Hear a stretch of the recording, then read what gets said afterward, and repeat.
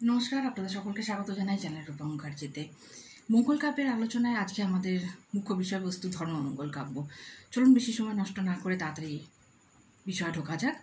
আর তার আগে আপনাদের কাছে অনুরোধ করবো, ভিডিওটি ভালো লাগলে লাইক, শেয়ার, কমেন্টস করবেন এবং চ্যানেল সাবস্ক্রাইব করে পাশে থাকবেন নতুন নতুন আপডেটস পাওয়ার জন্য। এবং আপনারা একটু শর্টস ও কমিউনিটি পোস্টের দিকে নজর রাখবেন। আমি ওখানে সময় সময় বিভিন্ন নোটস পোস্ট করে থাকি। চলুন তাহলে শুরু করা যাক। ধর্মমঙ্গল কাব্যকে মহাকাব্য বলা যায় কি? ধর্মমঙ্গল কাব্যে আছে ব্যাপ্তি, বিশালতা ও সমুন্নতি। ধর্মমঙ্গলের কাহিনী বিস্তৃত ভূখণ্ড জুড়ে গড়ে উঠেছে, যথা গৌড়, কামরূপ, বর্ধমান, এবং তাতে শৌর্যদীপ্তি কাহিনী আছে, যাতে বীর রসের প্রাধান্য, ইতিহাসের সংকেত প্রভৃতি চিত্র পরিস্ফুট হয়। তবু ধর্মমঙ্গল কাব্য মহাকাব্য পদবাচ্য নয়, কারণ মহাকাব্যের কাহিনীগত বিশালতা ও জটিলতা, সমাজ মানুষের নিবিড় যোদ্ধা চরিত্র কল্পনা, সুবৃহৎ আদর্শ ও সর্বোপরি মহাকাব্যের রস ও রচনারীতি ধর্মমঙ্গল কাব্যের কোথাও পাওয়া যাবে না।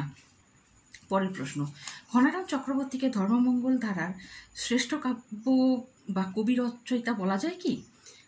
ঘনারামের কাব্যই ঊনবিংশ শতকে প্রথম মুদ্রিত ধর্মমঙ্গল কাব্য। ঘনারামের রচনায় রুচি ও রচনাশৈলীর শালীনতা বিধানী ধর্মমঙ্গল কাব্যে ঘনারামের শ্রেষ্ঠ দান।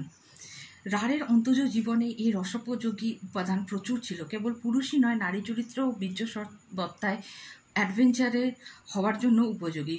শ্রেষ্ঠ কবি হবার জন্য যে চিন্তার সংযম, প্রকাশের সৌষ্ঠব্য ও রুচির পরিমার্জনা দরকার, তা সবই লেখকের ছিল। ঘনারাম চক্রবর্তীর স্থান বাংলা সাহিত্যের ইতিহাসে কোথায়? বাংলা সাহিত্যের ইতিহাসে ঘনারামের যথার্থ মহিমা কেবল ধর্মমঙ্গলের শ্রেষ্ঠ কবিরূপেই নয়, মধ্যযুগীয় বাংলা সাহিত্যে হিন্দু পৌরাণিক ঐতিহ্যের এক শ্রেষ্ঠ ধারক ও উদ্গাতা। তিনি সেই কবি যিনি উপেক্ষিত মঙ্গল কাব্যকে পৌরাণিক নিষ্ঠার ঐকান্তিকতার প্রভাবে সংস্কৃত পুরাণ সমুচিত সাহিত্যের মর্যাদা দান করেছেন। ধর্মমঙ্গলের ইতিহাসে তার এই দান অবশ্য স্বীকার্য। পরের প্রশ্ন, ধর্মমঙ্গলকে রাঢ়ের জাতীয় কাব্য বলা হয় কেন? মনসামঙ্গলে বা চণ্ডীমঙ্গলে কোনো বিশিষ্ট আঞ্চলিকতার ছায়াপাত ঘটেনি, কিন্তু ধর্মমঙ্গলে রাঢ়বঙ্গের জীবন ও আঞ্চলিক বৈশিষ্ট্য বিশেষভাবে কাহিনীতে স্থান লাভ করেছে। এই কাব্যে ঐতিহাসিকতা আছে। ঢেকুরগড় আসলে ঐতিহাসিক ঢেকিরিগড়, ইহাই ঘোষ, ঈশ্বরী ঘোষ। এর মধ্যে রাঢ় অঞ্চলের বহু স্থান এবং বহু নামের উল্লেখ আছে। রাঢ় অঞ্চলের প্রাচীন ইতিহাস এমনই যুদ্ধসংকুল ও বীরত্ব ব্যঞ্জনায় মণ্ডিত। এই জন্য কোনো কোনো সমালোচক এই কাব্যের রাঢ়ের জাতীয় মহাকাব্য বলে অভিহিত করেছেন। পরের প্রশ্ন, নিরঞ্জনের উষ্মা বা নিরঞ্জনের রুষ্মা গ্রন্থের বৈশিষ্ট্য কী? এই গ্রন্থে ওই যুগের বাংলার সামাজিক অবস্থার বিবরণ আছে। বৌদ্ধ দলের সঙ্গে ধর্মপূজকদের নিকট সম্পর্ক ছিল। অনেকের মতে ধর্ম হলেন প্রচ্ছন্ন বৌদ্ধ মত। সেই মুসলমানদের আক্রমণের ফলে প্রচ্ছন্ন বৌদ্ধরা বাধা প্রদান করেননি, পরন্তু সন্তুষ্ট হয়েছিলেন। তারা এই অত্যাচারকে ব্রাহ্মণের অত্যাচার থেকে ধর্মরক্ষার্থে ধর্মের আবির্ভাব রূপে গ্রহণ করেছিলেন। এই ঐতিহাসিক কালের দেশবাসীর একাংশের মানসিকতা এতে প্রকাশিত হয়। ময়ূর ভট্ট কোন কাব্যের কবি, তার কাব্যের পরিচয় দিন। কবি ময়ূর ভট্ট হলেন ধর্মমঙ্গল কাব্যধারার এক অন্যতম কবি। অধ্যাপক বসন্ত কুমার চট্টোপাধ্যায় হুগলি জেলার অধিবাসী ডোম পণ্ডিত ভূতনাথ পণ্ডিতের কাছ থেকে আধুনিক নকল করা এক পুঁথি লাভ করেন এবং মুদ্রণ করেন। ময়ূর ভট্ট সংস্কৃত ভাষায় এক কাব্য রচনা করেন।